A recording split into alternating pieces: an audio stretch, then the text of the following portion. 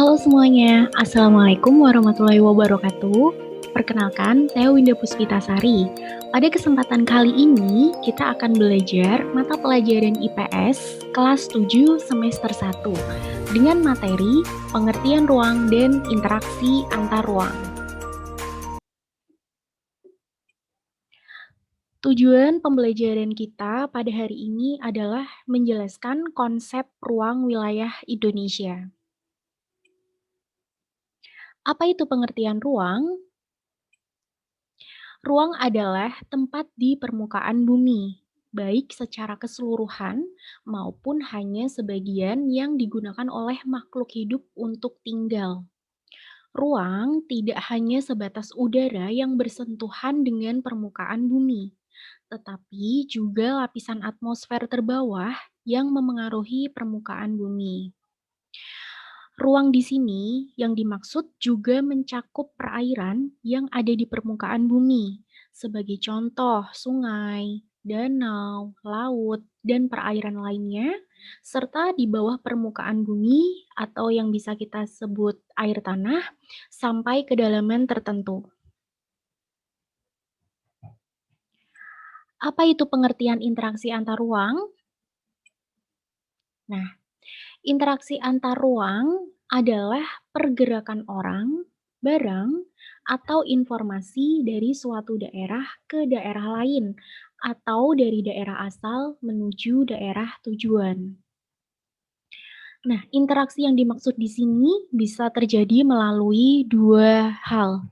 Yang pertama ada kontak langsung. Nah, kontak langsung di sini terjadi ketika kalian itu datang ke tempat tujuan secara langsung. Nah, yang kedua, kontak tidak langsung. Contohnya, ketika kalian membaca berita online dan melihat tayangan berita di televisi. Contoh interaksi antar ruang. Nah, di sini ada wilayah pegunungan dan ada gambar wilayah pesisir. Nah, wilayah pegunungan adalah daerah penghasil sayuran. Pada umumnya mereka itu penghasil sayuran ya. Sedangkan daerah pesisir adalah daerah penghasil ikan laut yang notabene di sana pekerjaannya sebagian besar adalah seorang nelayan. Nah, penduduk di daerah pesisir membutuhkan sayuran dari daerah pegunungan dan penduduk daerah pegunungan juga membutuhkan ikan yang dihasilkan dari daerah pesisir. Jadi, kedua daerah tersebut antara daerah pegunungan dan daerah pantai kemudian saling berinteraksi melalui aktivitas perdagangan. Nah, perhatikan, interaksi dalam bentuk pergerakan manusia bisa kita sebut sebagai mobilitas penduduk.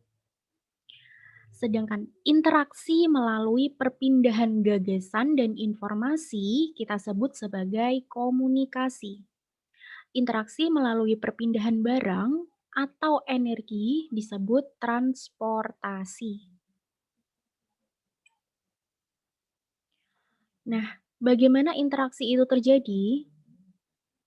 Beberapa kondisi saling bergantung yang diperlukan untuk terjadinya interaksi keruangan, yaitu ada tiga. Yang pertama, saling melengkapi atau complementarity. Yang kedua, kesempatan antara atau intervening opportunity. Dan yang ketiga, keadaan dapat diserahkan atau dipindahkan atau transferability. Yang pertama, kita bahas hubungan saling melengkapi atau complementarity. Kondisi saling melengkapi terjadi jika ada wilayah-wilayah yang berbeda komoditas yang dihasilkannya. Misalnya, wilayah A merupakan penghasil sayuran, sedangkan wilayah B merupakan penghasil ikan. Berarti bisa kita simpulkan berarti wilayah A ini adalah wilayah pegunungan dan wilayah B adalah wilayah pesisir. Wilayah A membutuhkan ikan, sedangkan wilayah B membutuhkan sayuran. Jika masing-masing memiliki kelebihan atau surplus, maka wilayah A akan melakukan interaksi dengan wilayah B melalui aktivitas perdagangan jual beli. Yang kedua, kesempatan antara atau intervening opportunity. Nah, kesempatan antara ini merupakan suatu lokasi yang menawarkan alternatif lebih baik sebagai tempat asal maupun tempat tujuan. Contohnya, bisa kita perhatikan di sini, wilayah A nih biasanya membeli ikan ke wilayah B. Namun, kemudian diketahui ada wilayah C yang sama-sama juga menghasilkan ikan. Karena wilayah C jaraknya lebih dekat dan ongkos transportnya lebih murah, para pembeli ikan dari wilayah A akan beralih membeli ikan di wilayah C karena jarak mereka lebih dekat dibandingkan dari wilayah A ke wilayah B.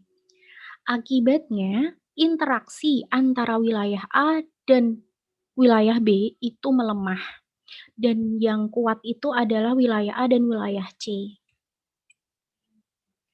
Yang ketiga, keadaan dapat diserahkan atau dipindahkan atau kita sebut sebagai transferability.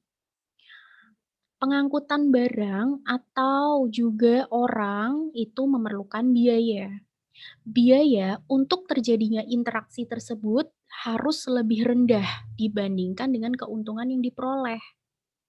Jika biaya tersebut terlalu tinggi dibandingkan dengan keuntungannya, maka interaksi antar uang tidak akan terjadi. Kemudian, transfer dan biaya yang diperlukan juga sangat tergantung pada ketersediaan infrastruktur. Infrastruktur itu isinya adalah sarana dan prasarana yang menghubungkan daerah asal dan daerah tujuan. Nah, jadi dapat kita simpulkan, jalan yang rusak dan sulit untuk dicapai akan mengurangi kemungkinan terjadinya interaksi. Karena ketika kita eh,